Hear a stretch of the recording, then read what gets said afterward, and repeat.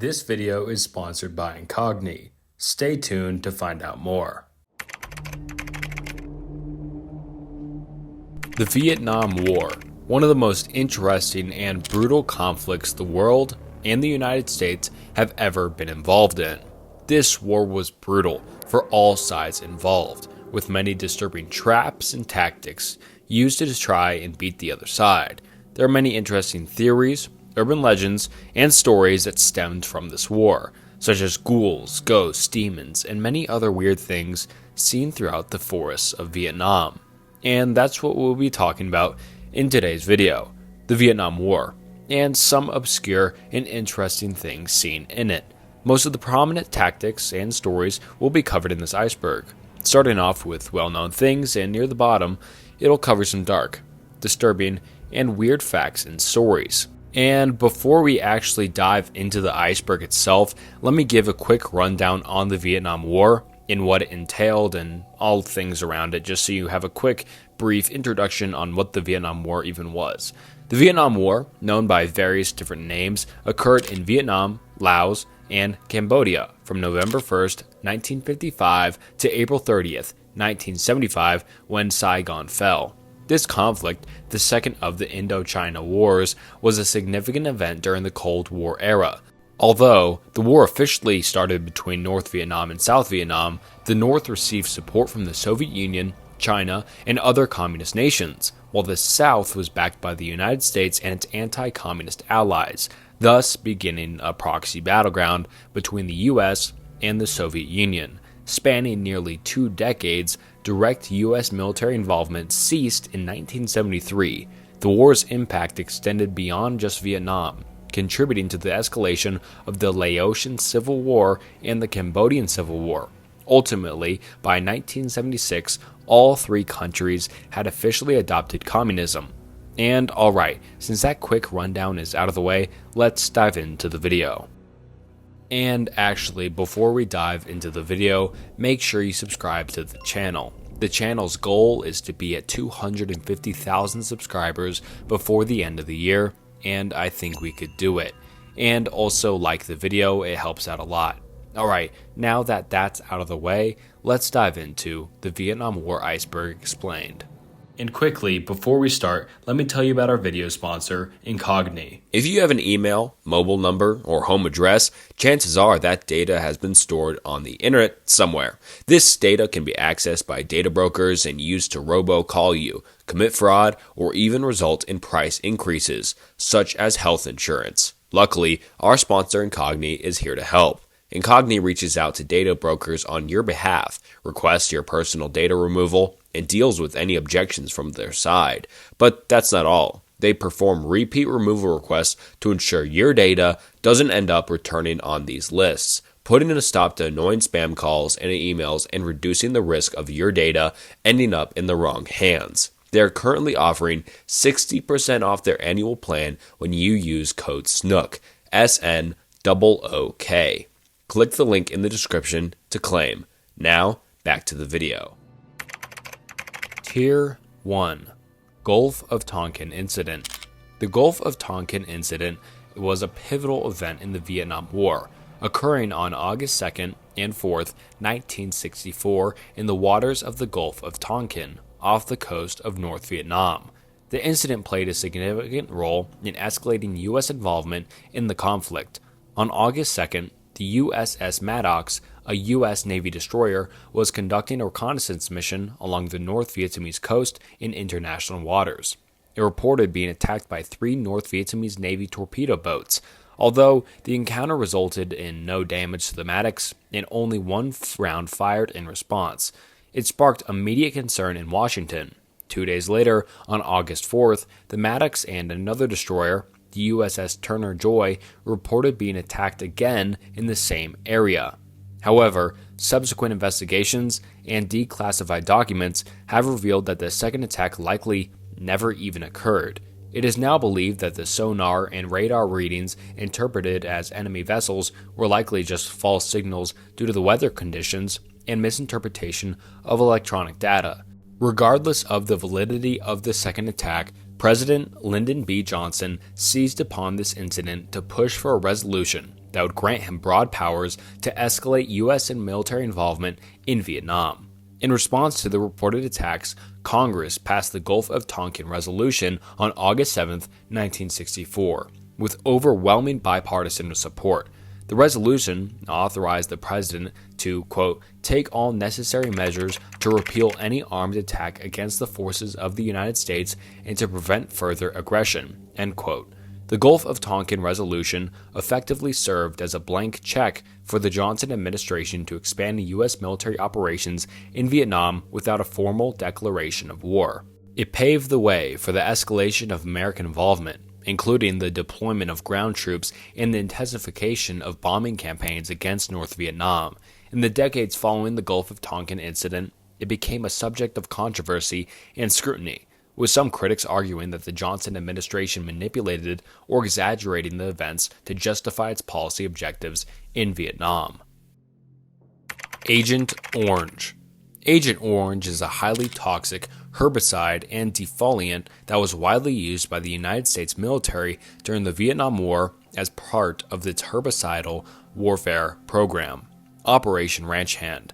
Named for the orange stripe on the barrels it was stored in, Agent Orange was one of the several herbicides sprayed across large areas of Vietnam, Laos, and Cambodia from 1961 to 1971, with the aim of destroying vegetation and denying cover to enemy forces, particularly the Viet Cong insurgents hiding in the dense jungle terrain. The herbicide was composed of a mixture of two chemicals, 2,4-D and 2,4,5-T. However, it was later discovered that the 2,4,5-T component was contaminated with a highly toxic dioxin known as TCDD, which is a known carcinogen and has been linked to a range of serious health problems.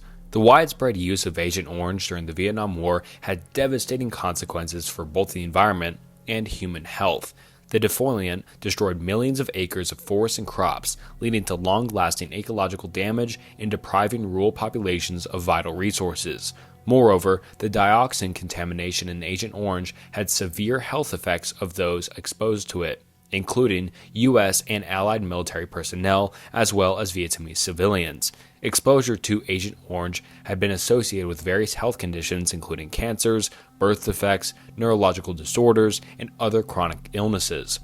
Decades after the end of the Vietnam War, the effects of Agent Orange continued to affect veterans and civilians in Vietnam, as well as their descendants, due to the persistence of dioxin in the environment and its intergenerational impact. The use of Agent Orange during the Vietnam War has sparked significant controversy and legal battles, with affected individuals seeking compensation and recognition for their suffering. In 1984, several major chemical companies that produced Agent Orange reached a settlement with Vietnam War veterans in a class action lawsuit, establishing a compensation fund for those affected by exposure to the herbicide.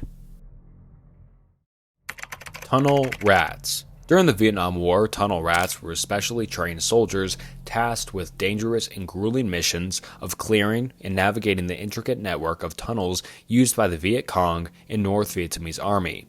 These underground passages served as hiding spots, supply routes, living quarters, and command centers for the enemy forces, making them a strategic and deadly threat to the U.S. and Allied troops. The tunnel rats were typically infantry soldiers who volunteered or were selected for their courage, agility, and ability to remain calm under extreme pressures.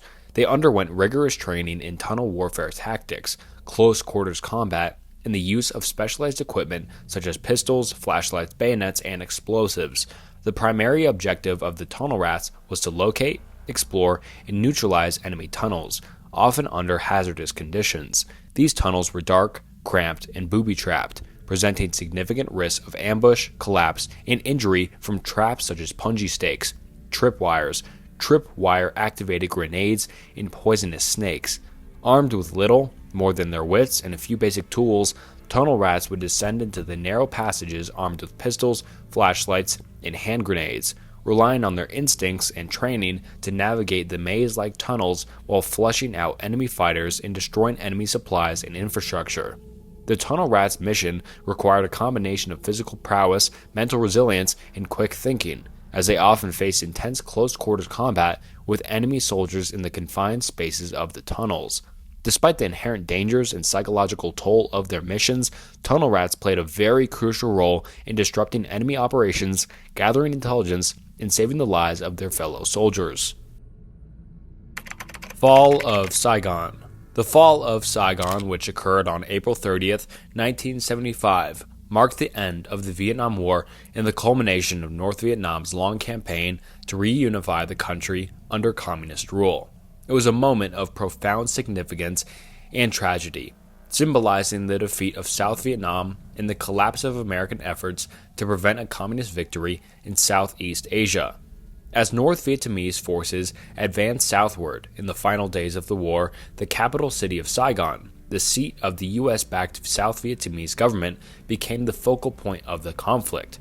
With the withdrawal of American military support and the collapse of morale among South Vietnamese forces, the city's defenses quickly crumbled under the relentless onslaught of the North Vietnamese army.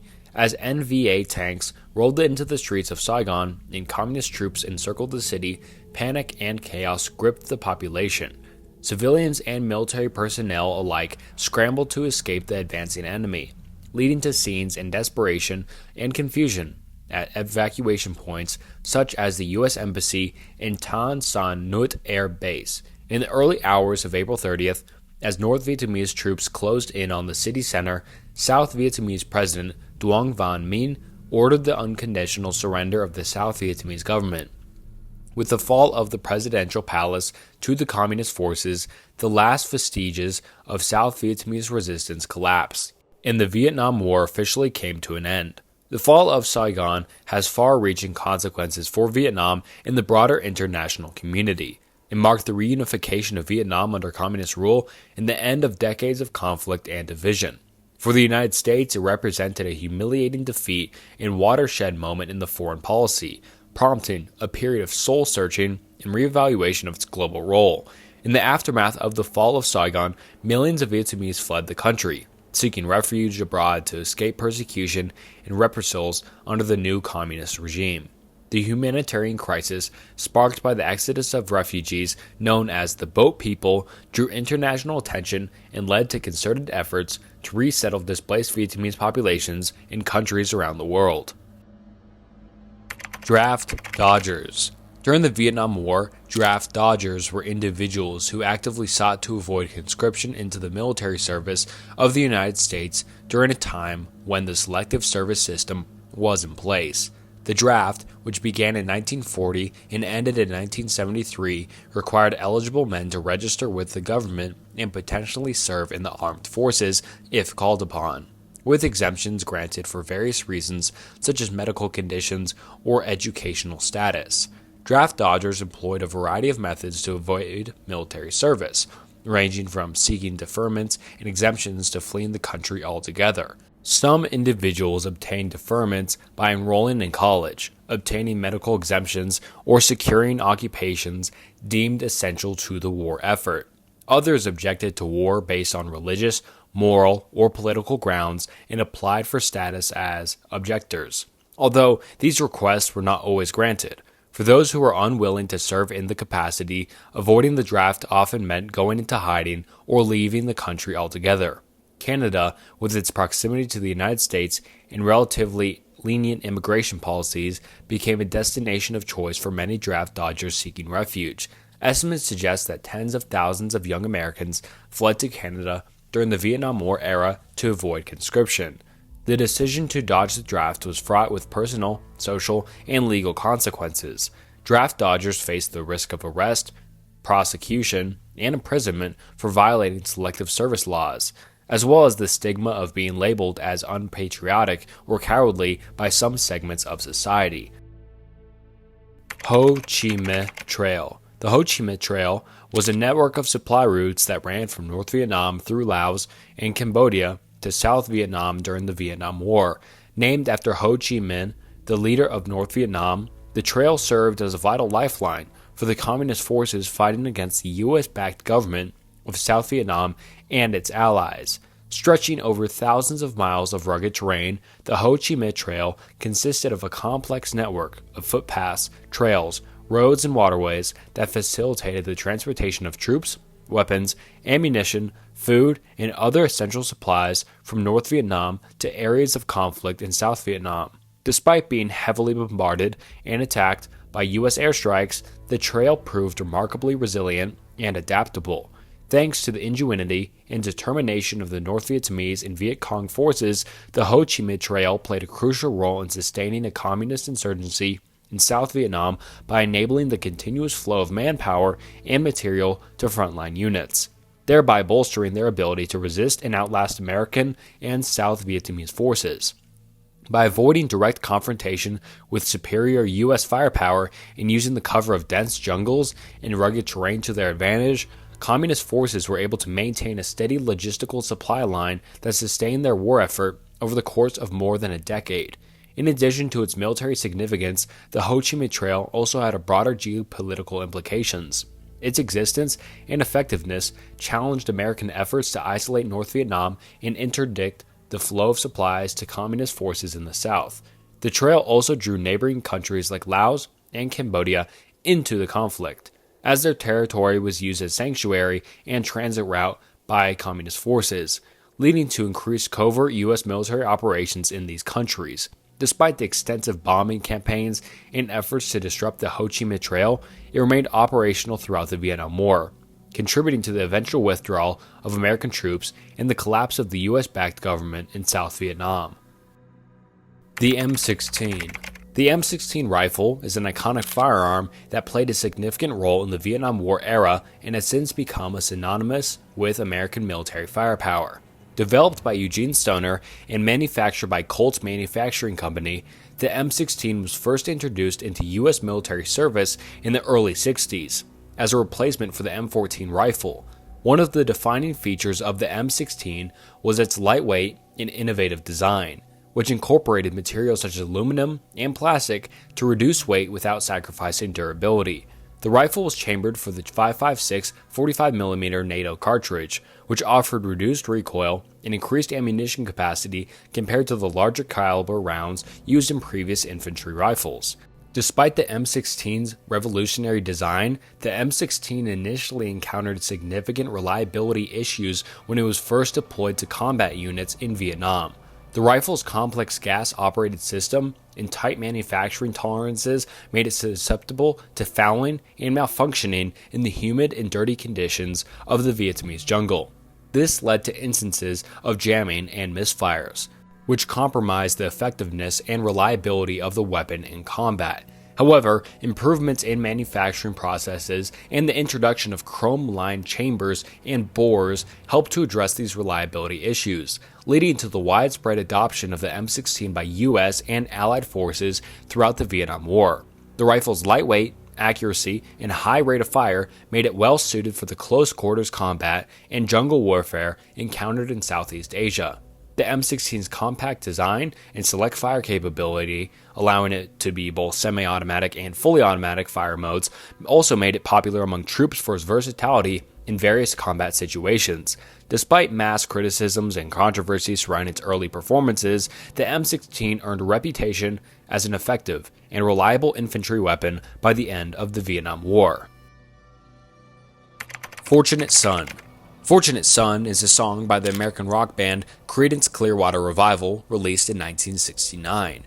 Written by lead vocalist and guitarist John Fogerty, the song became one of the most enduring and iconic protest songs of the Vietnam War era, capturing the disillusionment and resentment felt by many Americans, particularly young men from working-class backgrounds. Towards the draft and the privileged elites who were able to avoid military service, the lyrics of Fortunate Son condemned the disparity in treatment between wealthy individuals and the less privileged when it comes to military conscription during the Vietnam War. The chorus, with its repeated refrain of "It ain't me, I ain't no senator's son," highlights this sense of injustice and resentment felt by those who were drafted to fight in a war they perceived as unjust, while others, often from more affluent backgrounds, were able to avoid military service through deferments, exemptions, or connections. The song's driving rhythm, powerful guitar riffs, and impassioned vocals by John Fogerty contributed to its popularity and enduring appeal.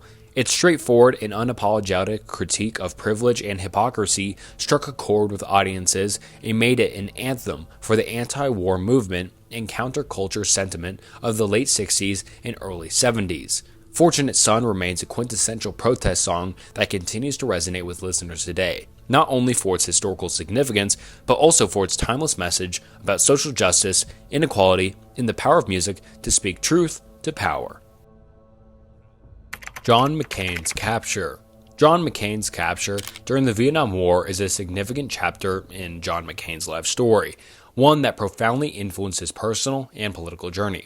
On October 26, 1967, while serving as a U.S. Navy pilot, Lieutenant Commander John McCain's aircraft was shot down over North Vietnam during a bombing mission. He ejected from his aircraft and parachuted into a lake, where he was captured by North Vietnamese soldiers.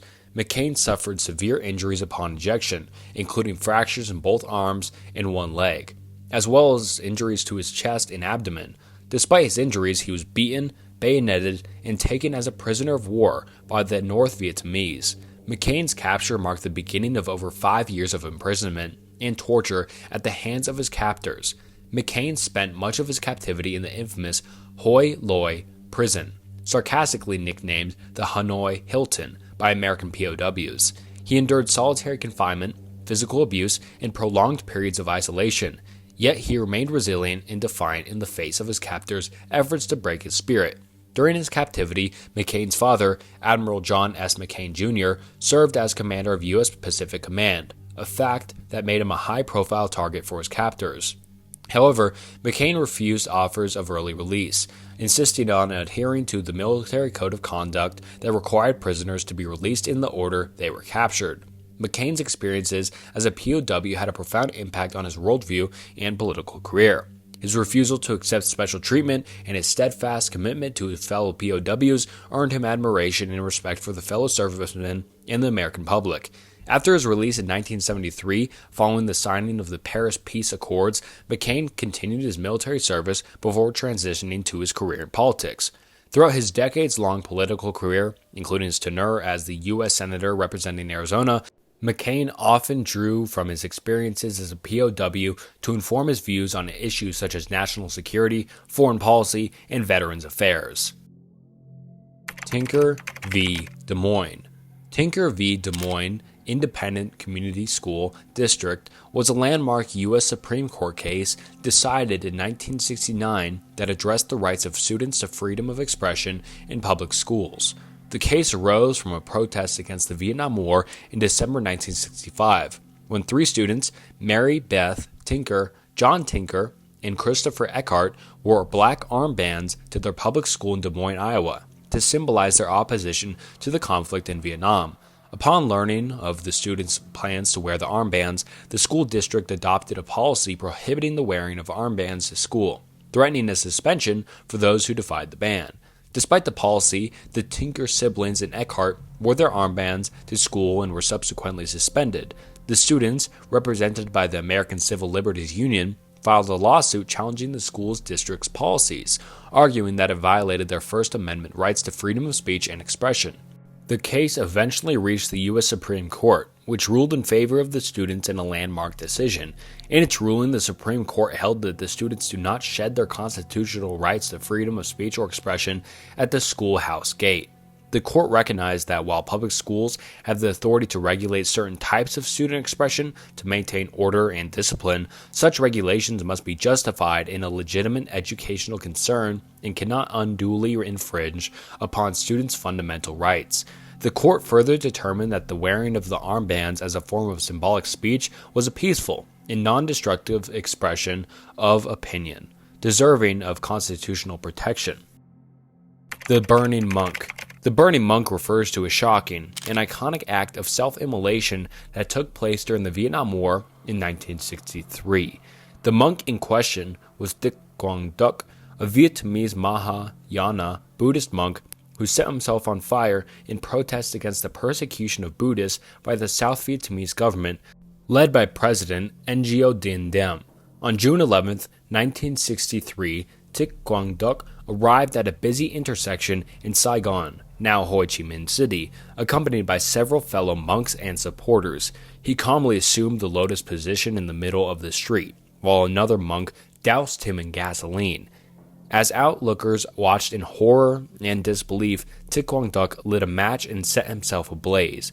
Despite the intense pain of his self-immolation, Tet Quang Duc remained remarkably still and composed, embodying the principles of Buddhist meditation and self-sacrifice. His protest was accompanied by the recitation of the Buddhist prayers and chants, and he did not utter a word as his body was consumed by flames. Photographs and footage of Tet Quang Duc's self-immolation quickly spread around the world, sparking outrage and condemnation of the Diem regime's repressive policies and persecution of Buddhists. The images became emblematic of the suffering and resistance of the Vietnamese people during the Vietnam War and drew attention to the human rights abuses committed by the South Vietnamese government. Tier 2. Wandering Soul. And this is when we start getting into some weirder things and not just like base Vietnamese war facts, So these are like starting to get into their operations and kind of some of the psychological warfare. So some really interesting stuff from here on out. All right, Tier 2, Wandering Soul. Let's get into it. The Wandering Soul was a psychological warfare tactic employed by the United States military during the Vietnam War. It involved the use of recorded audio tracks played from helicopters or loudspeakers mounted on aircraft to create a haunting and eerie sound intended to unsettle and demoralize enemy forces, particularly those of the Viet Cong and North Vietnamese Army. The Wandering Soul recordings consisted of a mix of Vietnamese voices, including prayers, chants, and messages purportedly from deceased comrades or lost souls, urging the enemy to surrender and warning of the futility of continuing the fight. The recordings often incorporated sounds of crying, wailing, and ghostly whispers, creating an atmosphere of fear and superstition among all the enemy troops. The psychological impact of the Wandering Soul tactic was significant, as it played on deeply held beliefs and cultural traditions of Vietnamese society regarding the afterlife and the spirits of the dead. Many Vietnamese soldiers and civilians believed in the existence of wandering souls who had not found peace and were doomed to roam the earth in search of redemption. By exploiting these beliefs, the United States military sought to undermine the morale and resolve of enemy forces, instilling doubt and fear in the minds and encouraging them to surrender or abandon their positions.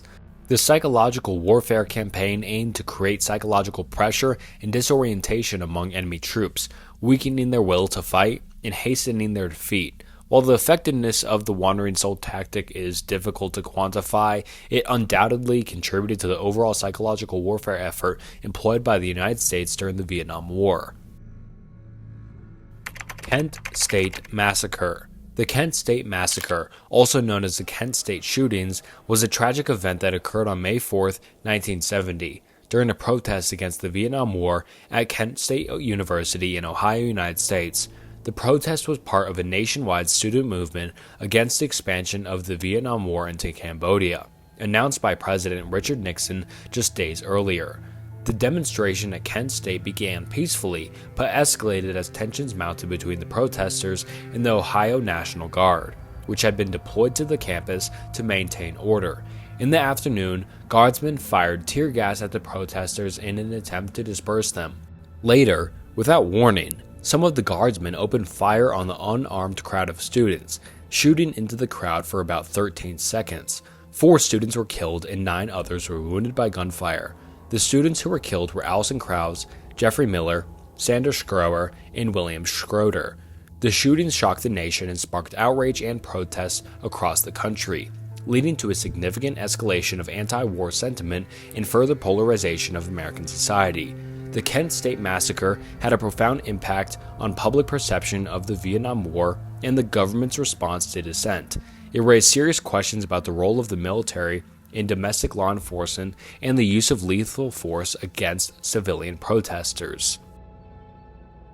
My Lai Massacre. The My Lai Massacre was one of the most notorious atrocities committed during the Vietnam War. It occurred on March 16, 1968, when U.S. Army soldiers from Charlie Company, part of the Americal Division, carried out a massacre of unarmed Vietnamese civilians in the hamlets of My Lai and My Khe in Quang Ngai Province, South Vietnam. The soldiers, under the command of Lieutenant William Calley Jr., were conducting a search and destroy mission in the area, which was believed to be a stronghold of the Viet Cong.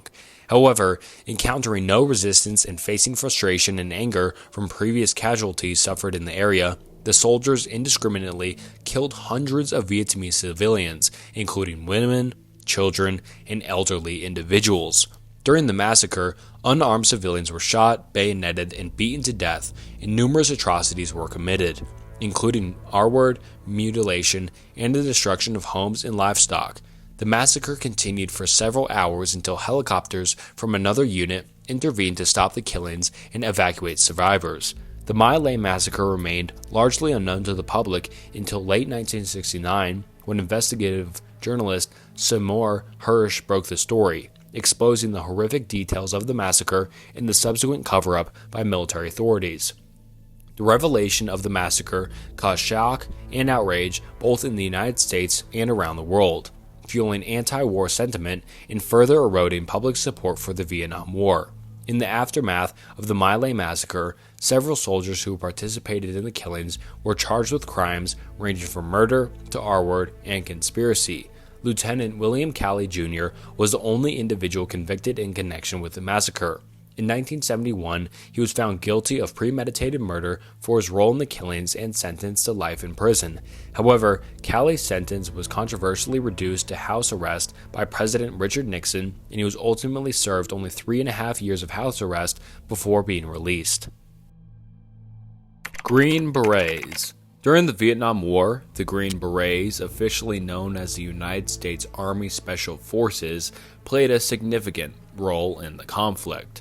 Tasked with conducting unconventional warfare and counterinsurgency operations, the Green Berets were instrumental in training and advising South Vietnamese forces, conducting reconnaissance missions, and working with indigenous tribes and resistance groups.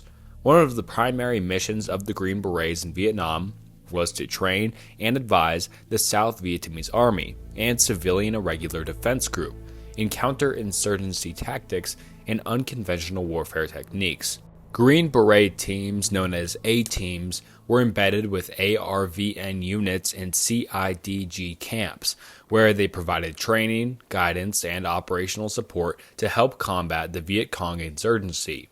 Green Berets also conducted reconnaissance and intelligence gathering missions behind enemy lines, gathering information on enemy movements, supply routes, and infrastructure.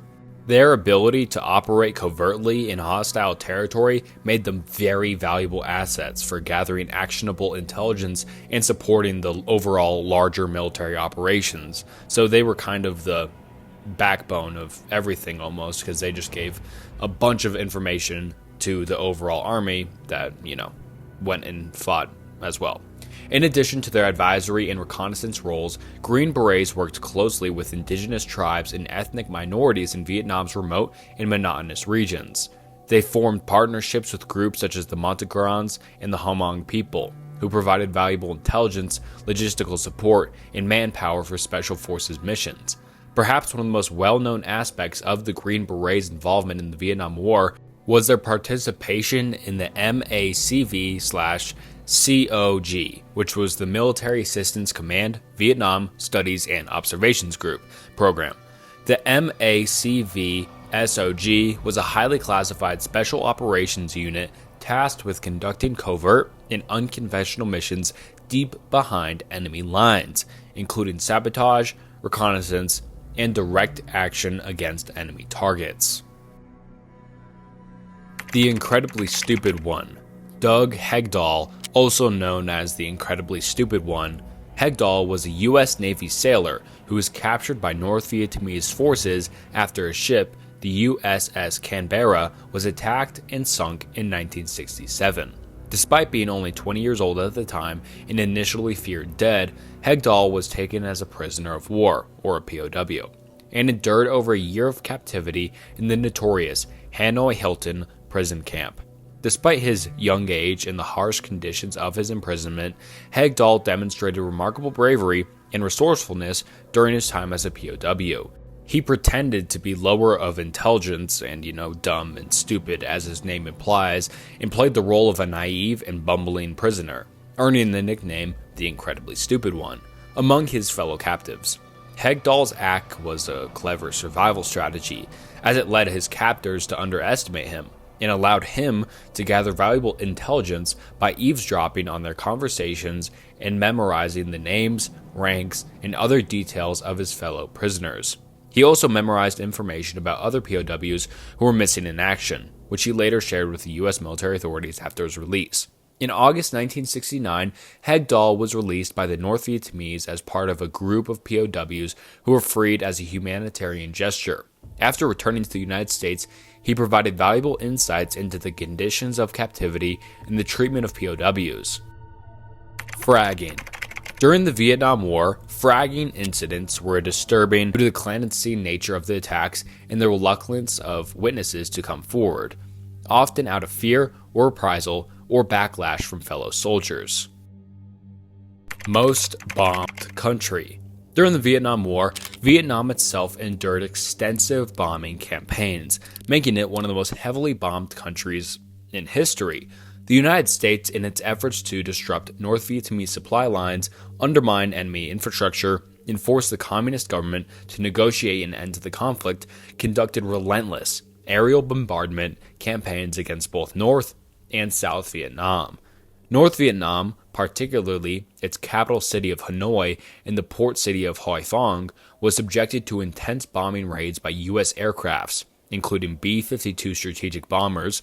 The bombing raids targeted key material and military and industrial sites, transportation networks, and logistical hubs, inflicting significant damage and casualties on the civilian population.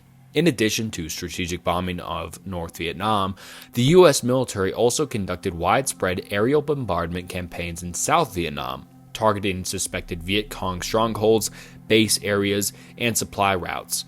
The use of aerial bombing, artillery barrages, and defoliant chemicals such as Agent Orange resulted in extensive environmental destruction and civilian casualties throughout the entire country. The bombing campaigns in Vietnam had devastating consequences for the overall civilian population, causing widespread death, injury, displacement, and destruction of homes, infrastructure, and just overall livelihoods of everyone in the country. The indiscriminate nature of the bombing raids and the use of tactics such as saturation bombing and carpet bombing raised serious ethical concerns and drew condemnation from around the world. The legacy of the bombing campaigns in Vietnam continues to be felt to this day, with unexploded ordnance and landmines posing ongoing risk to the civilian population, particularly in rural areas where someone might just be walking and step on a landmine, which obviously is not a good situation. The environmental damage caused by the widespread use of defoliants and chemicals has also had long-lasting effects on public health and the environment health, contributing to the high rates of birth defects, cancer, and other health problems among Vietnamese people. The Man in Black.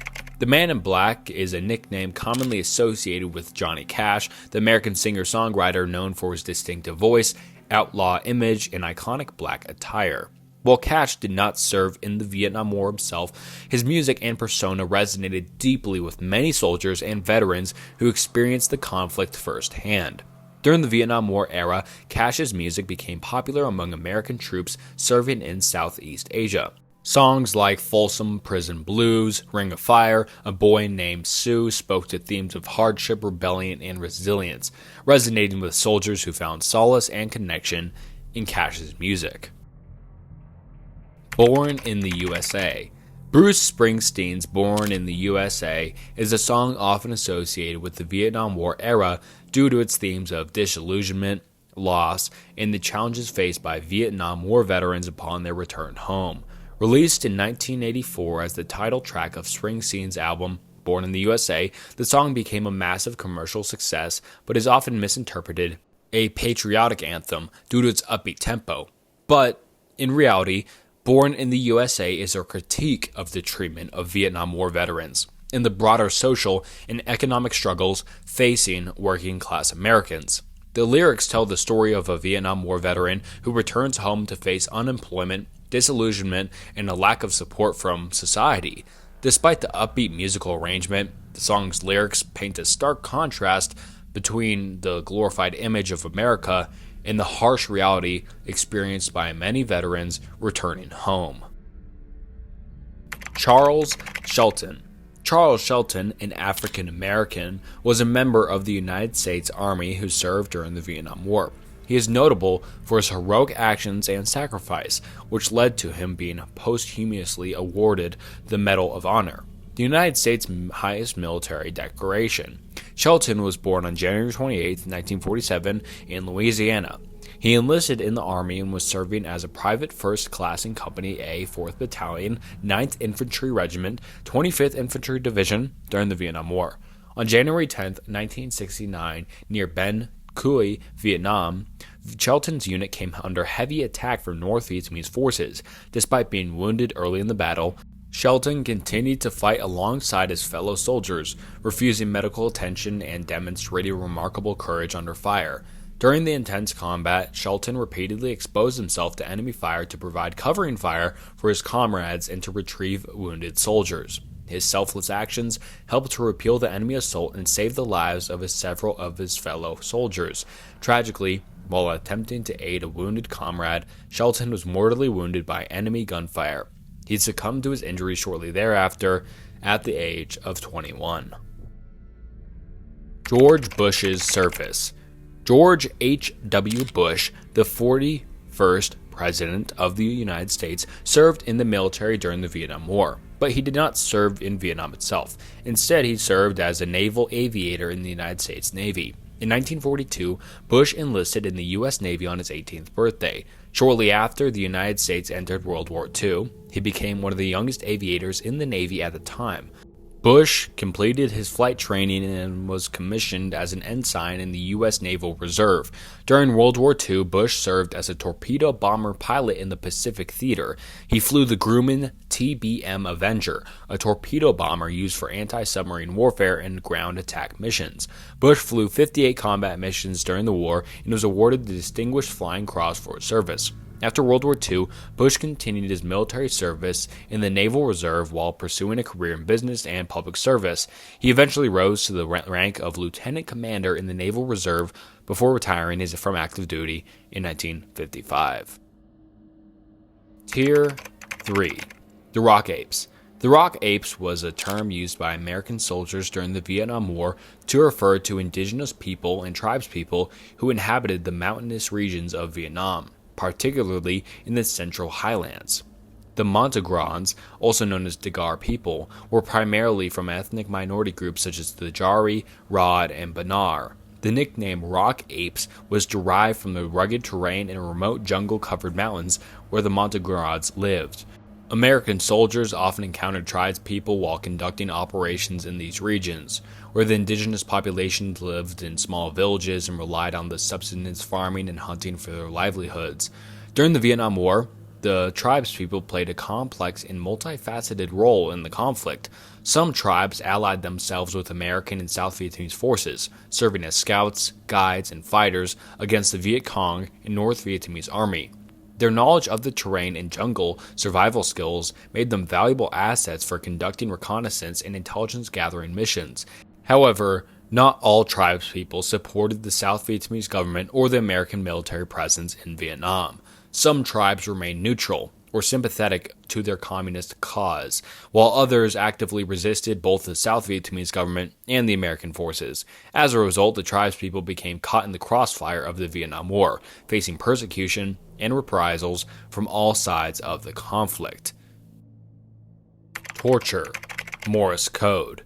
Jeremiah Denton's life story is one of incredible resilience, bravery, and service to his country. As a United States naval aviator during the Vietnam War, Denton faced the horrors of being shot down over enemy territory and enduring almost 8 years of brutal captivity as a prisoner of war in North Vietnam.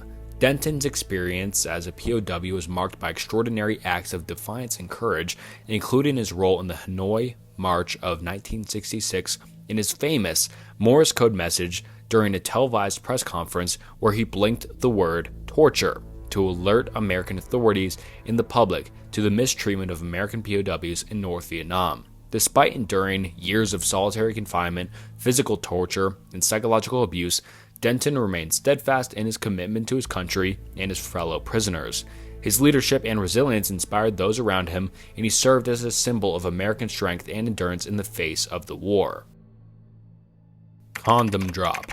The condom drop during the Vietnam War refers to a controversial and widely criticized tactic employed by the United States military to distribute condoms to soldiers as a means of promoting safer sex and preventing the spread of sexually transmitted infections, or STIs, including HIV and AIDS.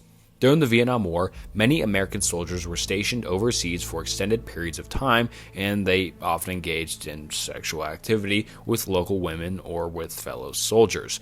Concerns about the spread of STIs, particularly gonorrhea and syphilis, among military personnel prompted the U.S. military to implement various preventive measures, including the distribution of condoms. The condom drop involved helicopters or aircrafts dropping packages of condoms over military bases in areas where soldiers were stationed, sometimes accompanied by leaflets or educational materials about sexual health. The goal was to make condoms readily available to soldiers and encourage them to use protection during sexual encounters. While the intention behind the condom drop was to promote safer sex and protect the health of military personnel, it was met with overall mixed reactions and criticism from various quarters. Some saw it as a necessary public health measure in the face of the growing STI epidemic among troops, while others viewed it as promoting promiscuity or undermining traditional values. Critics argued that the condom drop failed to address the underlying factors contributing to risky sexual behavior among soldiers, such as boredom, stress, and a lack of comprehensive sexual health education and services. Additionally, there were concerns about the cultural implications of distributing condoms in the conservative societies and the potential for backlash or resentment from local populations. The Tet Offensive was a major military campaign launched by the Viet Cong and North Vietnamese Army during the Vietnam War. It began on January 30th, 1968, coinciding with the Tet holiday, a significant Vietnamese holiday celebrating the Lunar New Year. The Tet Offensive was a coordinated series of surprise attacks on more than 100 cities and towns throughout South Vietnam. The primary objective of the offense was to inflict significant casualties on South Vietnamese and American forces, capture key cities and provincial capitals, and spark a general uprising among the South Vietnamese population against the government of President Nguyen Van Thao. The Tet Offensive took both of the Vietnamese and American military commands by surprise. The attacks were well coordinated and executed with a level of sophistication that caught many off guard. The cities of Hue, Quang Tri, and Saigon were among the primary targets of the offensive. Although the Tet Offensive ultimately ended in a military defeat for the Viet Cong and NVA, it had a profound impact on the course of the Vietnam War and American public opinion. The scale and ferocity of the attacks shattered the perception of American and South Vietnamese military superiority and undermined public confidence in the U.S. government's handling of the war. The Tet Offensive marked a turning point in the Vietnam War. Despite suffering heavy losses, the Viet Cong and NVA demonstrated their resilience and ability to mount large-scale offenses against their opponents. In the United States, the Tet Offensive led to the reassessment of U.S. military strategy in Vietnam and increased opposition to the war among the American public. In the aftermath of the Tet Offensive, President Lyndon B. Johnson announced that he would not seek re-election, and the U.S. government began exploring possibilities for renegotiations to end the war. Ace of Spades. The Ace of Spades is a symbol that had become associated with the Vietnam War, particularly in relation to psychological warfare and propagandic efforts. During the Vietnam War, American soldiers would often leave behind playing cards, with the Ace of Spades specifically, on the bodies of enemy combatants that he had killed. This practice was intended to serve as a psychological tactic, instilling fear and superstition among enemy forces. The Ace of Spades, with its dark and ominous connotations, was chosen to amplify the message of death and terror. The symbolism of the Ace of Spades as a harbinger of doom dates back to World War II, where it was similarly used by American troops in various theaters of conflict. However, it gained particular prominence during the Vietnam War due to its widespread media coverage of the conflict and the cultural significance it held for both American and Vietnamese forces. USS Forestal Fire. The USS Forestal Fire was a devastating incident that occurred on July 29, 1967, aboard the USS Forestal CV-59, an aircraft carrier of the United States Navy. The USS Forestal was deployed to the Gulf of Tonkin over the coast of North Vietnam at the time of the incident, supporting combat operations during the Vietnam War. The fire started when an electrical anomaly caused a Zuni rocket to accidentally launch from an F-4B Phantom II aircraft, striking an armed A-4 Skyhawk on the carrier's flight deck. The impact ruptured the Skyhawk's fuel tank, causing a massive explosion and igniting a chain reaction of fires and explosions on the crowded flight deck. The intense blaze engulfed multiple aircrafts, fueled by burning jet fuel and ordnance. The crew on board the USS Forestal, along with firefighting teams, worked desperately to contain the inferno and prevent further damage to the ship. The severity of the fire and the scale of the damage were exacerbated by the presence of armed and fueled aircraft on the flight deck. The fire raged for hours, causing extensive casualties and destruction. The crew's heroic efforts and quick action prevented the fire from spreading to the ship's hangar deck and other vital areas. However, the incident resulted in the deaths of 134 sailors and aviators, with hundreds more injured. Battle of Hamburger Hill. The Battle of Hamburger Hill, also known as Hill 937 Battle, was a significant military engagement that took place during the Vietnam War. It occurred from May 10th to May 20th, 1969, in the A Shau Valley on the northern part of South Vietnam near the Laotian border. The battle was fought between U.S. Army and Army of the Republic of Vietnam forces, primarily from the 101st Airborne Division and North Vietnamese Army troops. The objective of the operation was to capture Hill 937, which was strategically located and heavily fortified by the NVA. The battle was characterized by intense and close-quarters combat as American and ARVN troops fought their way up the steep and heavily defended slopes of Hamburger Hill. The NVA had constructed extensive bunkers, trenches, and fortifications, making the assault extremely challenging for the attacking forces. Despite facing heavy resistance and sustaining significant casualties, American and ARVN troops managed to capture Hill 937 after 10 days of intense fighting. However, the victory came at a high cost, with hundreds of casualties on both sides of the war. The battle sparked controversy and debate among the American public and policymakers, with many questioning the strategic value of capturing the hill given the heavy casualties incurred. The Battle of Hamburger Hill became a symbol of the challenges and frustrations faced by American forces in Vietnam. Tier 4. Operation Menu. Operation Menu was a covert bombing campaign conducted by the United States during the Vietnam War. It took place from 1969 to 1970 and targeted areas of eastern Cambodia, specifically along the border of South Vietnam.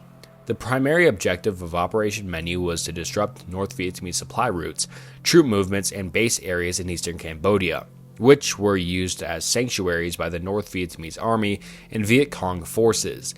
The campaign was part of a broader strategy to interdict communist supply lines and weaken their ability to conduct military operations in South Vietnam.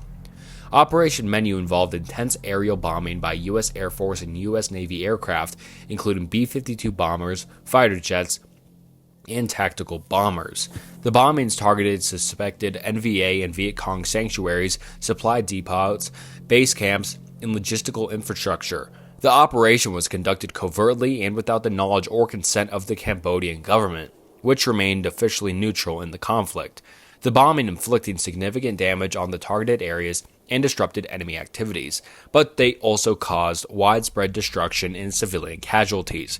Operation Menu was controversial, both domestically and internationally. It raised concerns about the expansion of the Vietnam War into neighboring countries and the legality of conducting military operations without congressional approval or international authorization.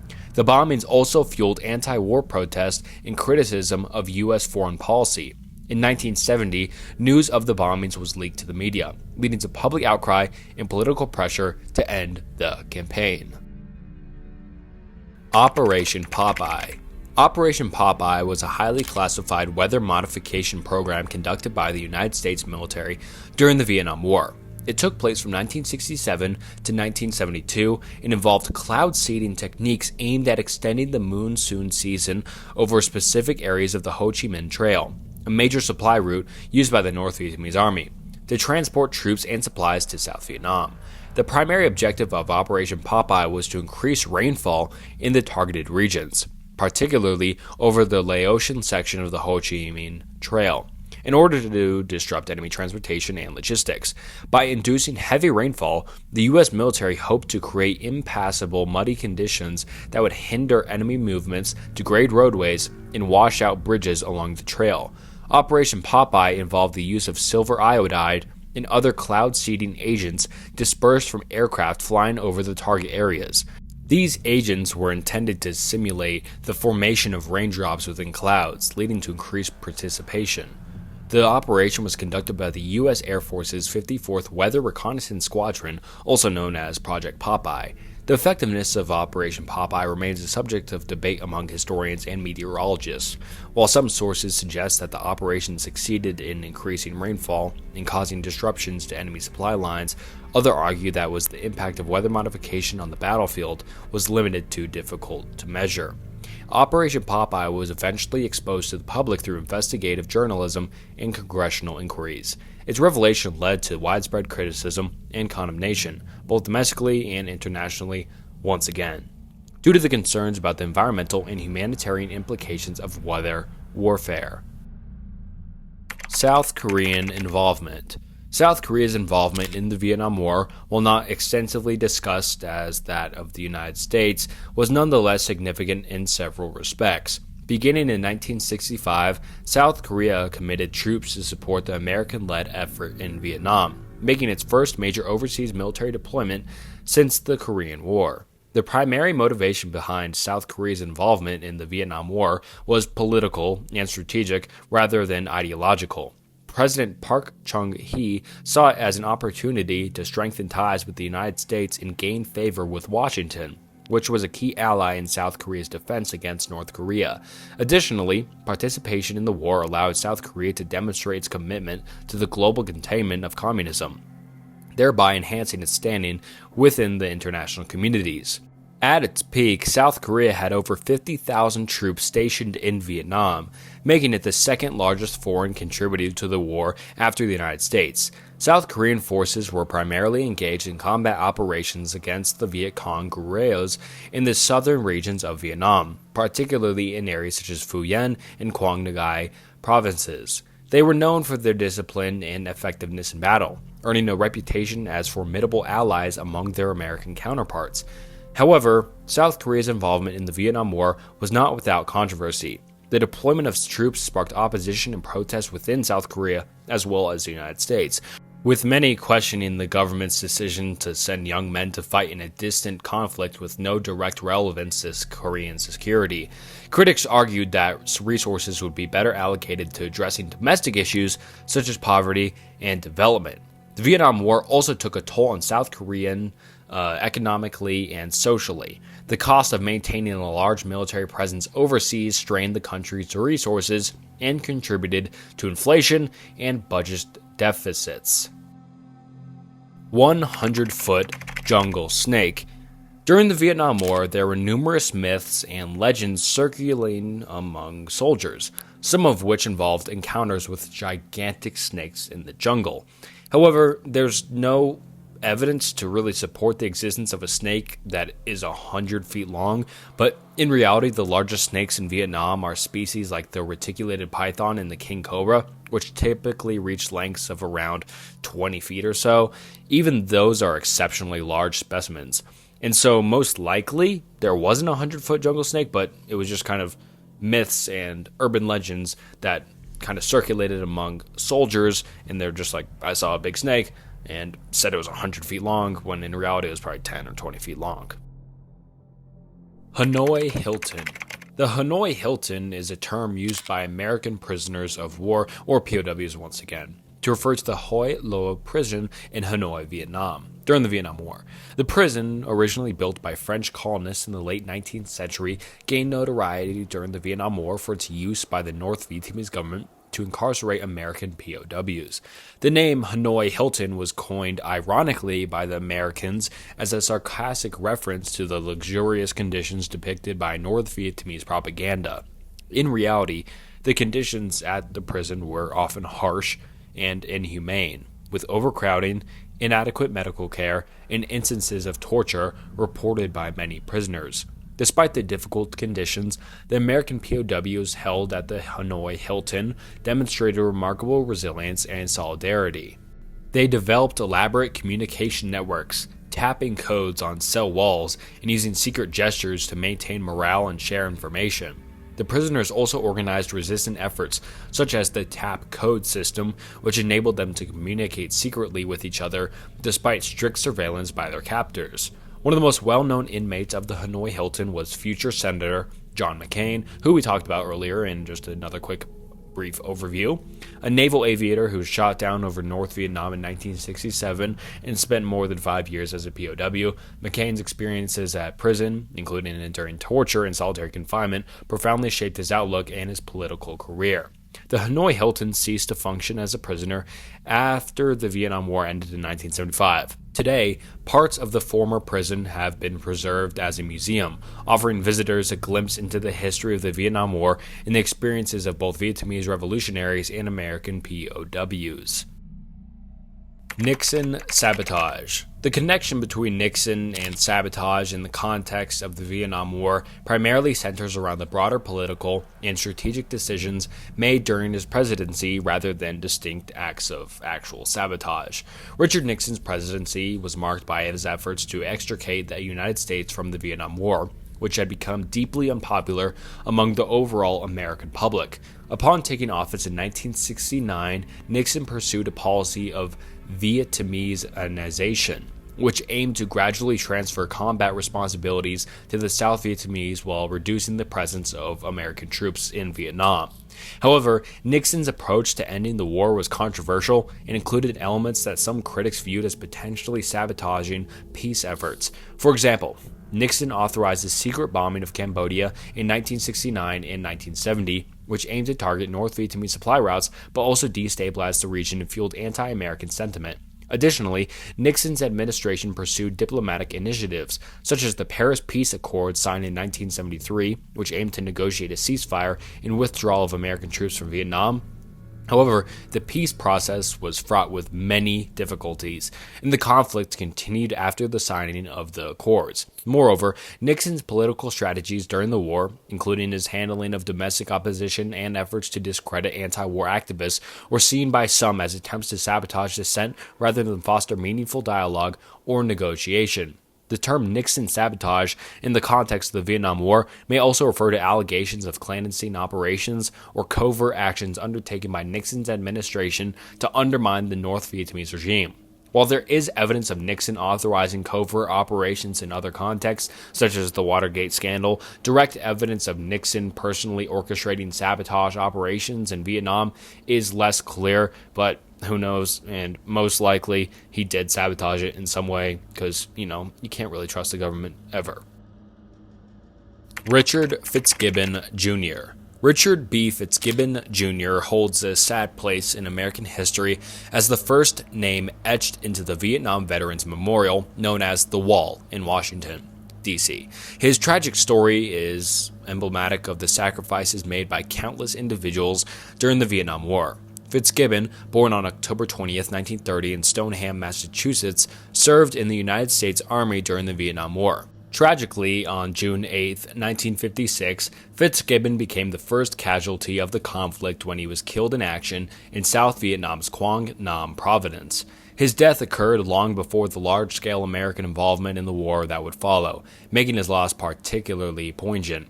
Fitzgibbon's sacrifice serves as a reminder of the protracted nature of the Vietnam conflict, which claimed the lives of more than 58,000 American service members and left countless others wounded physically and emotionally. The significance of Fitzgibbon's placement as the first name on the Vietnam Veterans Memorial cannot be overstated. It serves as a powerful symbol of remembrance for all of those who served and sacrificed their lives during the war, regardless of when or where they fell. The Vietnam Veterans Memorial, designed by Maya Lin and dedicated in 1982, stands as a testament to the human cost of war and a place of reflection and healing for veterans, families, and visitors alike. Operation Rolling Thunder. Operation Rolling Thunder was a sustained aerial bombing campaign conducted by the United States during the Vietnam War. It was initiated in 1965 under President Lyndon B. Johnson and continued until 1968, making it one of the longest and most intense air campaigns in military history. The primary objective of Operation Rolling Thunder was to apply pressure on North Vietnam and force its government to cease its support for the communist insurgency in South Vietnam, as well as to compel the North Vietnamese to renegotiate and negotiate an end to the conflict on terms favorable to the United States and its allies. The campaign involved the systematic bombing of military targets, infrastructure, and logistical supply routes in North Vietnam, including airfields, bridges, roads, and industrial facilities. The bombing raids were carried out by the U.S. Air Force and Navy aircrafts, including bombers such as the B-52 Stratofortress and fighter jets like the F-105 Thunder Chief. Despite its massive scale and destructive power, Operation Rolling Thunder ultimately failed to achieve its strategic objectives. The North Vietnamese government proved resilient and adept at adapting to the aerial bombardment, dispersing key assets and adopting guerrilla tactics to continue supporting the insurgency in the south. Moreover, the bombing campaign had unintended consequences, including significant civilian casualties and infrastructure damage, which fueled anti-American sentiment and strengthened the resolve of the communist forces. Operation Rolling Thunder also strained relations between the United States and its allies, particularly in the light of concerns over the indiscriminate nature of the bombing and its impact on civilian populations, in addition to its military and strategic implications. Operation Rolling Thunder played a significant role in shaping public opinion and anti-war sentiment in the United States. Phoenix Program. The Phoenix Program was a controversial covert counterinsurgency program implemented by the United States during the Vietnam War. It was designed to target and neutralize the infrastructure of the National Liberation Front of South Vietnam, also known as Viet Cong, and other communist insurgent groups operating in South Vietnam. Initiated in 1967 under the administration of President Lyndon B. Johnson, the Phoenix Program was a joint effort between the CIA and U.S. Military Assistance Command, Vietnam, and the South Vietnamese government. Its primary objective was to identify, capture, or eliminate key members of the communist insurgency, so basically just trying to assassinate higher-ups in the opposite side of the war. The Phoenix Program employed a variety of tactics, including intelligence gathering, interrogations, surveillance, and targeted assassinations. Special police units known as Provisional Reconnaissance Units, or PRUs, were trained and equipped by U.S. advisors to conduct covert operations against suspected members of the Viet Cong infrastructure. Critics of the Phoenix Program alleged that it was responsible for widespread human rights abuses, including torture, extrajudicial killings, and indiscriminate targeting of civilians suspected of communist sympathies. Dan Bullock. Dan Bullock was one of the youngest American service members to die in the Vietnam War. Born on December 21, 1953 in North Carolina, Bullock enlisted in the United States Marine Corps at the age of 14 by falsifying his birth certificate, claiming to be 18 years old. He completed basic training and was deployed to Vietnam in 1969 at the age of 15. Tragically, Bullock's service in the Vietnam was very short-lived. On June 7, 1969, just 6 months after arriving in the country, he was killed in action during a North Vietnamese Army mortar attack on his position in Quang Nam Province. He was only 15 years old at the time of his death. White Feather. During the Vietnam War, the term white feather gained significance as a symbol of cowardice or shame, particularly among American servicemen.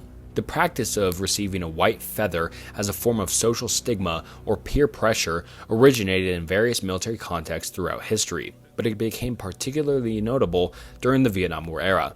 The white feather symbolized the perception that a man was avoiding military service or failing to fulfill his duty to fight in the war. Those who received white feathers were often subjected to ridicule or ostracism by their peers and communities. The implication was not that by serving in the military, individuals were shirking their responsibilities and dishonoring those who had sacrificed their lives in combat. The social pressure to conform to traditional gender roles and expectations of masculinity, particularly in the context of military service, placed a significant burden on young men during the Vietnam War era. Many felt compelled to enlist or serve in combat roles to avoid the stigma associated with being labeled a coward or draft dodger. Tier 5. Massive spiders.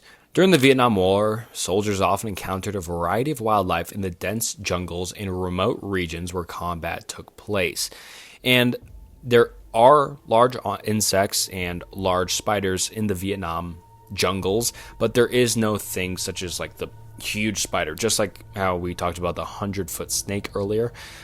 Most of the time, these were just urban legends and exaggerated accounts of just a huge spider, but the Vietnam area does have a lot of spiders in it, so that's probably why these stories came up. Hanoi Hana. Hanoi Hana was the nickname given by American troops to a Vietnamese radio broadcaster named Trinh Thai Ngio, who served as a propagandist for the North Vietnamese government during the Vietnam War. Her broadcasts, which were directed at American soldiers stationed in South Vietnam, were part of a psychological warfare campaign aimed at undermining morale and fostering dissent among U.S. troops. Hanoi Hana's broadcasts typically featured a mix of news, commentary, and propaganda intended to portray the United States as an aggressor and to persuade American soldiers to question the legitimacy of their government's involvement in the war. She would often highlight American casualties, criticize U.S. military tactics, and appeal to soldiers' homesickness and disillusionment. Despite the propaganda efforts of Hanoi Hana and other broadcasters, the impact of their broadcasts on American troops' morale and attitudes towards the war is difficult to measure. While some soldiers may have listened to the broadcast out of curiosity or boredom, others dismissed them as enemy propaganda and remained steadfast in their commitment to their mission to win the war. Nixon and the protesters. President Richard Nixon's administration faced significant opposition and protests from various quarters during the Vietnam War. Nixon's handling of the war and his policies both domestically and internationally elicited widespread criticism and resistance, leading to large-scale demonstrations and civil unrest across the United States. Nixon's presidency coincided with a period of heightened anti-war sentiment and social upheaval in the United States. The Vietnam War, which had already been going for years, was increasingly unpopular among the American public due to high human and financial costs, as well as revelations of government deception and misconduct. As the war dragged on, opposition to Nixon's policies intensified, with protests organized by a diverse array of groups, including students, activists, veterans, and religious organizations. These protests took various forms, ranging from peaceful marches and rallies to acts of civil disobedience and campus disruptions. One of the most significant protests against Nixon's Vietnam War policies was the massive demonstration in Washington, D.C. on October 15, 1969, which drew hundreds of thousands of participants from across the country. The protest, known as Martyrdom to End in War in Vietnam, called for an immediate withdrawal of U.S. troops from Vietnam and to end the bombing campaign. Nixon's response to the protest was characterized by a combination of public defiance and behind-the-scenes efforts to undermine the anti-war movement.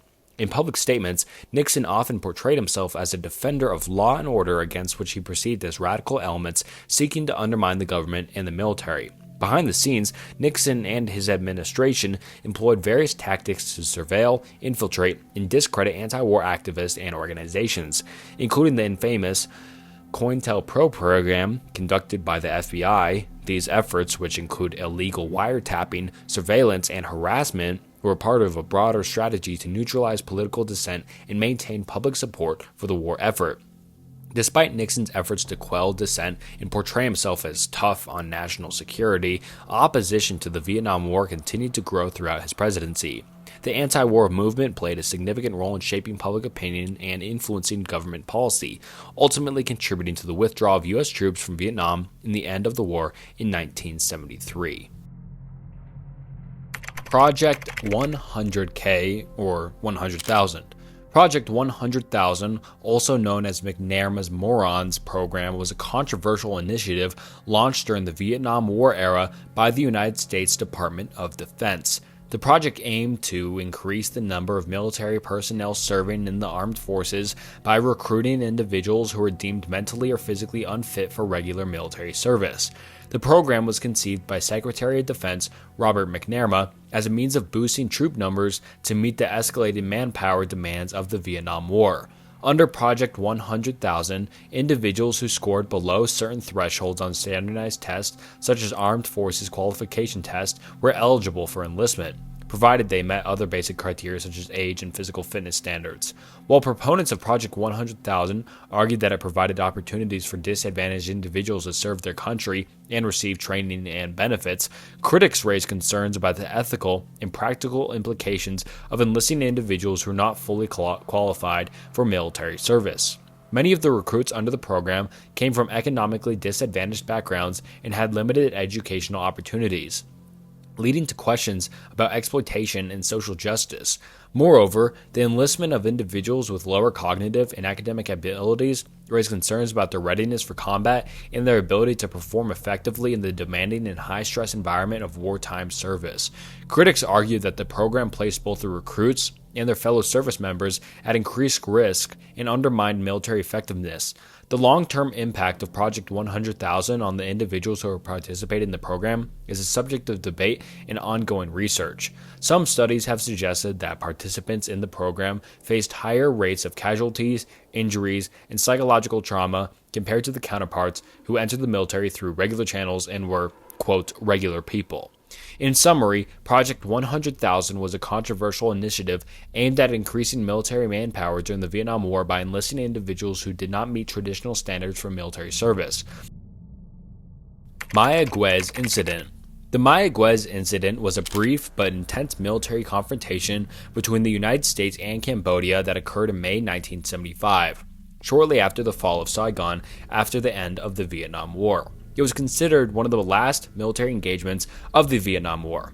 The incident began on May 12, 1975, when the American merchant vessel SS Mayaguez was seized by Khmer Rouge naval forces in international waters off the coast of Cambodia. The Khmer Rouge claimed that ship had violated Cambodian territorial waters, although this assertion was disputed by the United States. In response to the seizure of the Mayaguez and its crew, President General Ford ordered a military operation to rescue the ship and its crew and to demonstrate American resolve in the aftermath of the Vietnam War. The operation, known as Operation Eagle Claw, involved the combined force of U.S. Marines, Navy sailors, and Air Force personnel. On May 15, 1975, U.S. forces launched a coordinated assault on the island of Koh Tang, where the Mayaguez and its crew were believed to be held captive. The operation quickly encountered fierce resistance from Khmer Rouge forces, resulting in heavy casualties on both sides. Despite the challenges and setbacks, U.S. forces were ultimately successful in securing the release of the Mayaguez crew and regaining control of the ship. However, the operation came at a high cost, with the loss of 41 American lives and many more wounded. The Mayaguez incident underscored the complexities and uncertainties of the post-Vietnam War era, as well as the challenges faced by the United States in navigating the shifting geopolitical landscape of Southeast Asia. It also raised questions about the use of military force in response to hostage situations and the limits of American power in the aftermath of the Vietnam War. Robert Borton. The case of Robert Kurt Borton Jr. remains unresolved and shrouded in mystery. Borton enlisted in the Marines at the age of 19 in 1965 and disappeared just 19 days after arriving in Vietnam, along with 3 other soldiers, while on night patrol near Da Nang. 2 years later, in September 1968, Borton's stepmother Wanda saw a photograph in a military magazine that she believed depicted him in Quang Tri Province, a year after he was reported missing. Despite sending the photo to Marine Casualty Office, they claimed it was a case of mistaken identity. The Bortons later found a film shot in a Viet Cong prison camp in 1968, which they believe featured Kurt. But a Marine Corps spokesman disputed their claims. Over the years, the Borton family experienced strange occurrences and encounters, leading them to believe that the Kurt might still be alive and kept hidden by the government. These included sightings of Kurt in public places and mysterious phone calls. Despite the military's assertion that Kurt was killed in action, the Bortons refused to accept his remains, which were positively identified by the U.S. Army Central Identification Laboratory in Hawaii in April 1995. The Borton family's conviction that Kurt is alive and their refusal to accept his remains as evidence of his death highlight the mystery and unresolved questions surrounding his disappearance. Flight 739. Flight 739 refers to the disappearance of Flying Tiger Line Flight 739, a Lockheed L-1049 Super Constellation aircraft that vanished over the western Pacific Ocean on March 16, 1962. The flight was en route from Guam to the Philippines when it disappeared without a trace, carrying 96 passengers and 11 crew members. The aircraft's disappearance sparked one of the largest search and rescue operations in history at the time, involving assets from the United States military, the Coast Guard, and other international organizations. Despite extensive search efforts, no wreckage or debris from the aircraft was ever found. And the fate of Flight 739 remains one of the great unsolved mysteries in aviation history. Numerous theories have been proposed to explain the disappearance of Flight 739, including the possibility of a catastrophic mechanical failure, navigation error, or even foul play. However, without any concrete evidence or debris to support these theories, the exact circumstances surrounding the disappearance remain overall unknown. The mystery of Flight 739 has continued to capture the public's imagination and has led to speculation and conjecture over the years. Lazy Dog. During the Vietnam War, Lazy Dog referred to a type of improvised munition used by American forces, particularly the U.S. Air Force. These projectiles were essentially small steel rods or flèches, typically around 1 inch in length and around half an inch in diameter. The term lazy dog originated from the idea that these projectiles were essentially lazy or simple in design, lacking fins or any aerodynamic features. They were sometimes called flèche rounds due to their resemblance to traditional flèche ammunition used in anti-personnel applications. Lazy dogs were typically dropped from aircraft, either individually or in clusters, and were intended to be dispersed over a target area to inflict damage on enemy personnel, equipment, or vehicles. They were often used in strafing runs against enemy troops or vehicles in areas where conventional bombs or artillery might cause excessive collateral damage. One advantage of lazy dogs were their simplicity and low cost compared to conventional munitions. They could be mass-produced relatively quickly and were effective in certain tactical situations where precision and limited collateral damage were important considerations. Lazy dogs were not without controversy, however, as their use raised concerns about the potential for indiscriminate harm to civilians and non-combatants in the target area. Although, like other forms of cluster munitions, Lazy Dog had the potential to cause unintended casualties if not used with care and precision. Weaponized poop. Yep, you heard that right, weaponized poop. During the Vietnam War, weaponized poop was a term used to describe an unconventional form of biological warfare known as feces bombs or ship bombs. These crude tactics involved collecting human waste, typically from sanitation facilities, or just bathrooms in other words, and packaging it into containers such as bags or barrels. These containers were then used as improvised projectiles or explosives, often thrown or launched by hand or with improvised launching devices towards enemy positions or encampments. The purpose of weaponized poop was not only to cause physical harm, but also to spread disease and psychological distress among enemy troops. Contact with human waste can transmit a variety of different infectious diseases, including gastrointestinal illnesses and parasites, and it is just gross. Additionally, the psychological impact of being targeted with such an unhygienic and repugnant projectile could contribute to demoralization and a breakdown of morale among enemy forces. While the use of weaponized poop was not officially sanctioned or endorsed by the military authorities, it was sometimes employed by guerrilla fighters or irregular forces operated in the region, and kind of like a last resort sort of thing. Daisy Cutter Bomb. The Daisy Cutter Bomb, officially known as the BLU-82B or C-130 weapon system, was a large conventional bomb used primarily during the Vietnam War and later conflicts such as the Gulf War and the war in Afghanistan. It was developed by the United States military to create a powerful blast and clear large areas of vegetation, making it particularly useful for creating landing zones or destroying enemy fortifications. The term daisy cutter refers to the bomb's ability to flatten vegetation and create a wide, circular clearing upon detonation, similar to the effect of mowing down daisies with a scythe. The bomb weighed approximately 15,000 pounds, and it was dropped from cargo aircraft such as the C-130 Hercules. The Daisy Cutter bomb contained a high explosive filler surrounded by a metal casing designed to fragment upon detonation, increasing the blast radius and destructive effect. It was typically deployed using a parachute to slow its descent and ensure accurate targeting. During the Vietnam War, the Daisy Cutter bomb was used to clear dense jungle foliage to create landing zones for helicopters and fixed-wing aircraft, allowing for the insertion and extraction of troops in remote or hostile areas. Its immense blast radius and shockwave also made it effective for destroying enemy bunkers, fortifications, and supply caches.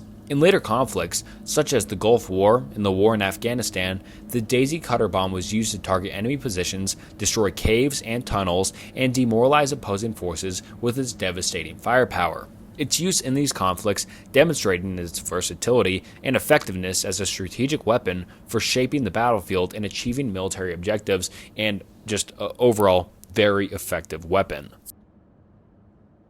Operation Baby Lift.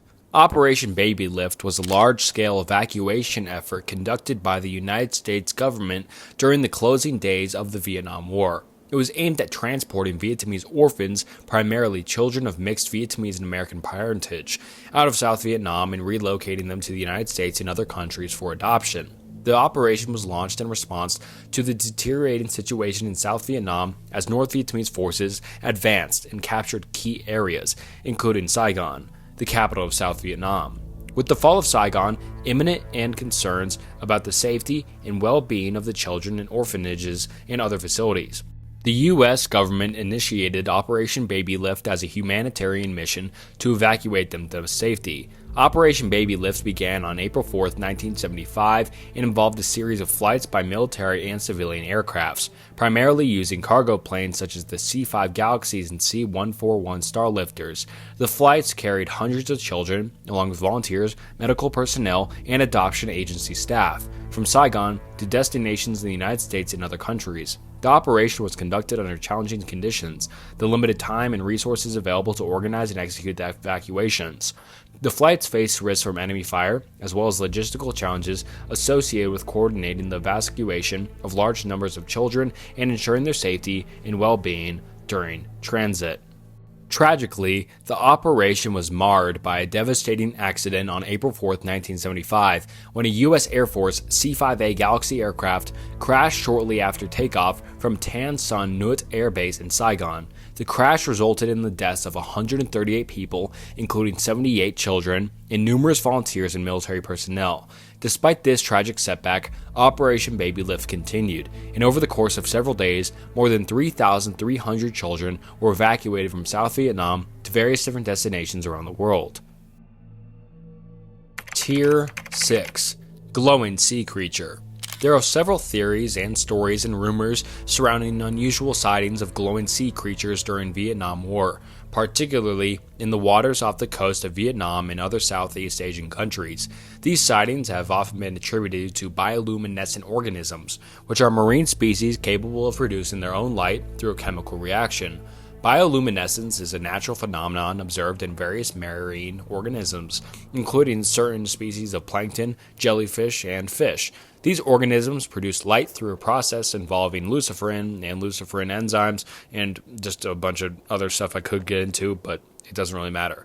But during the Vietnam War, soldiers and sailors stationed in the region reported sightings of glowing sea creatures, particularly at night or in deep waters.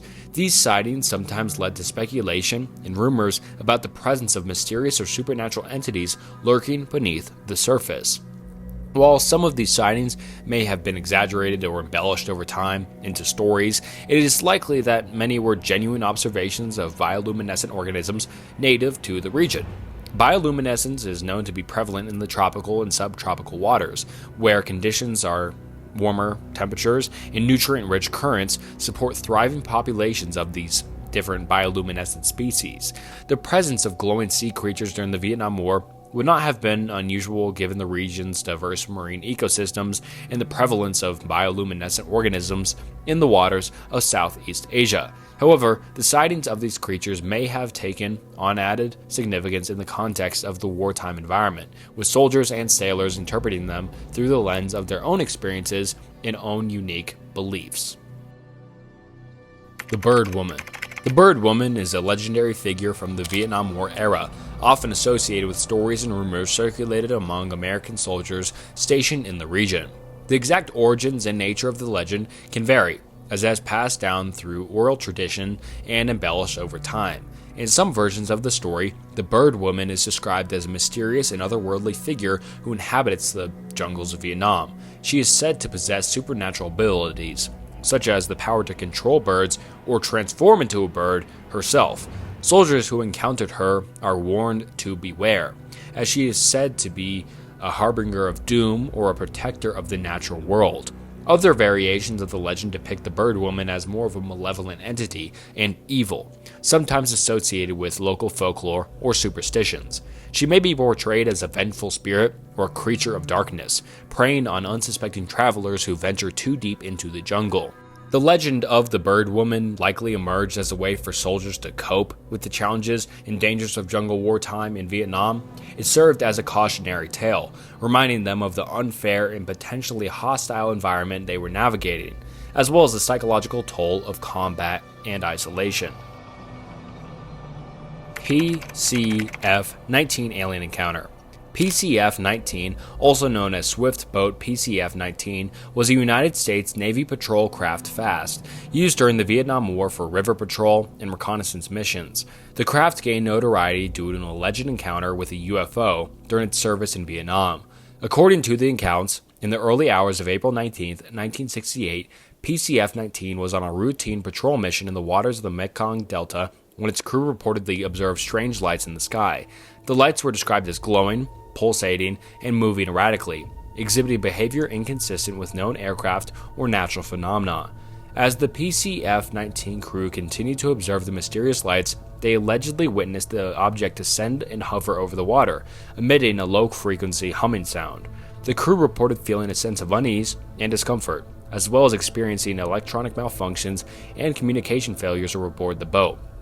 The encounter with the unidentified object reportedly lasted for several minutes before the object suddenly ascended and disappeared from view. Following the incident, the crew of PCF-19 reported their observations to their superiors, but no official explanation or resolution was provided. The alleged encounter with a UFO aboard PCF-19 became part of the lore surrounding the Vietnam War and has been cited in various accounts of UFO sightings and encounters.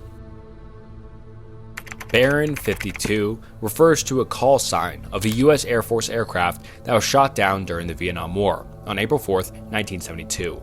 Baron 52, a Lockheed C-130 Hercules transport aircraft, was on a classified mission over Laos when it was hit by enemy fire and forced to crash land. The aircraft was part of Operation Elephant Airlift, a covert operation aimed at resupplying South Vietnamese forces who were engaged in combat against North Vietnamese troops in Laos. Baron 52 was carrying a crew of 7, including 5 Air Force personnel and 2 civilian contractors. Following the crash, a search and rescue mission was launched to locate the downed aircraft and rescue any survivors. However, the rugged terrain and hostile environment hampered rescue effort, and initial attempts to locate the wreckage were unsuccessful. Tragically, all 7 crew members aboard Baron 52 were killed in the crash, and their remains were not recovered until several years later.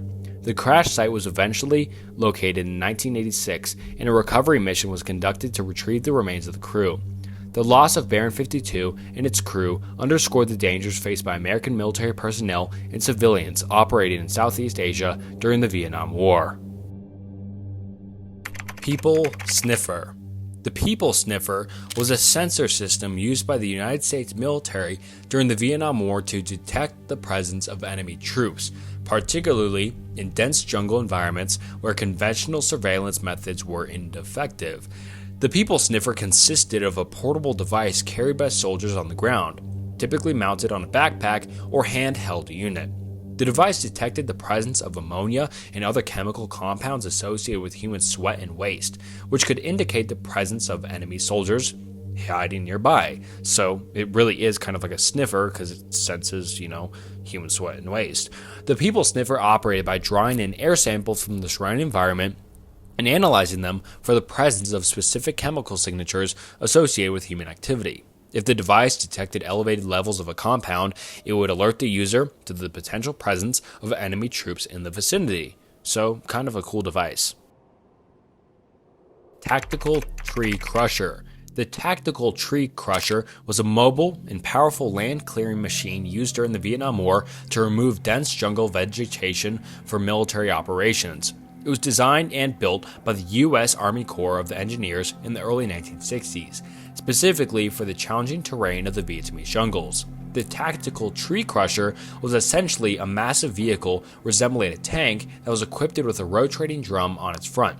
This drum, also known as the tree crushing wheel, was studded with steel teeth and could spin at high speeds, enabling it to pulverize and crush trees and vegetation in its path, and any humans if it got stuck in its path. The primary purpose of the Tactical Tree Crusher was to just clear large swaths of dense jungle vegetation to create landing zones for helicopters, construct roads and infrastructure, and deny cover and concealment to enemy forces. Its powerful crushing capabilities allowed it to tackle trees of significant size, including hardwoods with like teak and mahogany, as well as bamboo and thick undergrowth. The Tactical Tree Crusher was operated by a crew of 2 or 3 personnel, including a driver and operators responsible for controlling the vehicle's movements and the rotation of the crushing drum.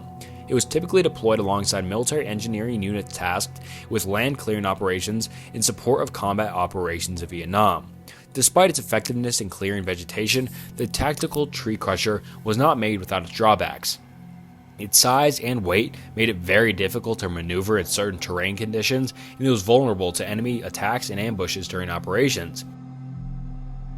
Red Night Vision Demons. The Vietnam War is one of the first conflicts that night vision was actually used, and when many soldiers used night vision for the first time, many of them saw demons flying around them. The soldiers would look through the night vision and see a demon sort of thing. Although, when they took off the night vision goggles, they'd see nothing. So many of the soldiers thought that the demons were attacking them and that the night vision could actually see through and see demons and stuff like that. Pretty weird, but interesting, and not a lot of information on this, so that's all I had. And alright, that wraps up the Vietnam War Iceberg Explained. I really hope you enjoyed. I enjoyed making it. This was interesting. And I think, I don't know how many other war ones I'll make because I did World War I, World War II, and the Vietnam War. So I don't know how many other war icebergs I'll make. I don't know what other videos on war I'll make, but this was interesting. And next videos from here on out will have higher quality equipment. Because if you don't know, I've been making every single video on my phone with Apple earbuds up until now. So I just invested in a lot of equipment and expect higher quality and just overall smoothing out any rough edges with the channel. And yeah, thank you guys for watching until the end. Subscribe and like the video. And until next time, see ya. And once again, thank you for Incogni for sponsoring this video. Make sure you use code SNOOK, SNOOK or SNOOK for 60% off their annual plan.